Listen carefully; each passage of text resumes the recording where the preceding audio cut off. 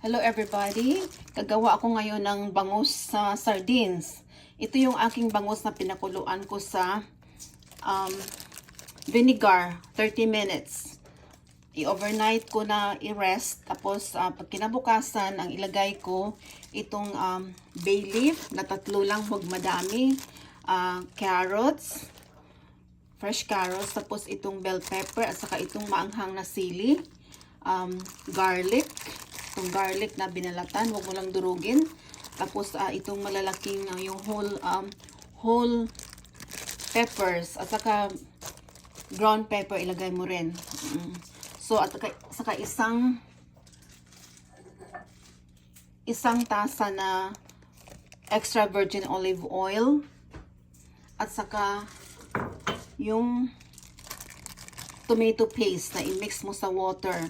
So, minix ko na ito lahat. Ito na yun, may kulay na.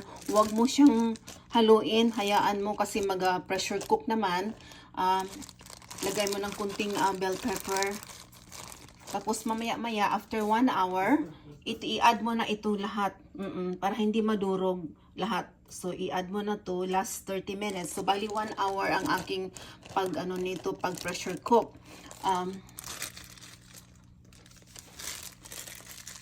Yung apoy mo naman, yung iyong stove, ilagay mo sa 8, o sa, yung high muna, high.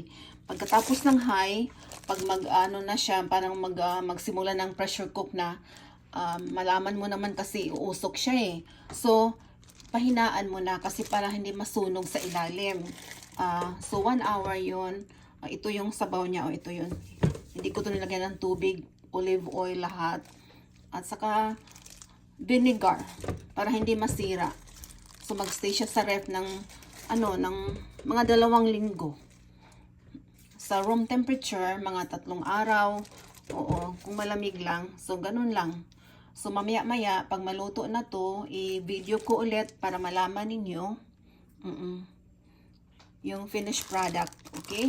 So, madali lang to kasi ang bangus mahirap kainin dahil maraming tinik. So, ayaw ko talagang kumain ng bangus na matinik. So, ito, mag-melt talaga siya. So, bali 30 minutes pakuluan ng vinegar. Pagkatapos, 1 hour na 1 to 1.5 hour na pressure cook na naman para talagang ang buto talagang mag-melt talaga. Wala kang takot na kakain ng bangus dahil buto ay mag-melt talaga sa yung mouth. Mag-melt talaga siya. Lahat makain mo, pati ulo, pati buntot, makain mo talaga. So, ito yung paborito ko at saka ito yung paborito ng mga kaibigan ko na talagang hiningi na talagang magluto ako. So, itong iba nito, pick upin to mamaya. Bigyan namin yung kaibigan namin.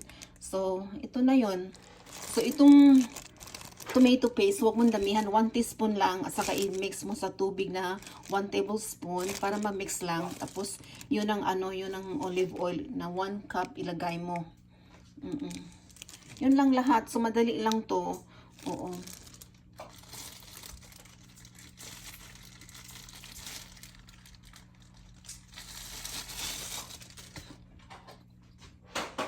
Ito na yung cover ng aking pressure cooker.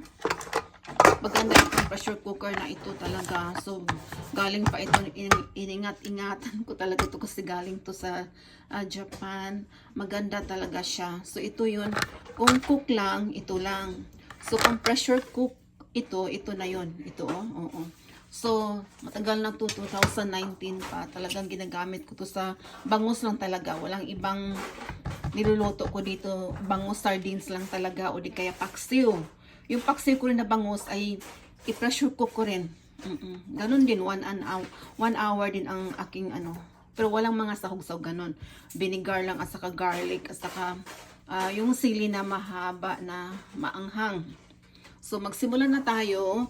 Ito na yung aking i-on ko na siya sa pinakataas na setting. Maya-maya, pag-uusok na, pahinaan ko. Okay?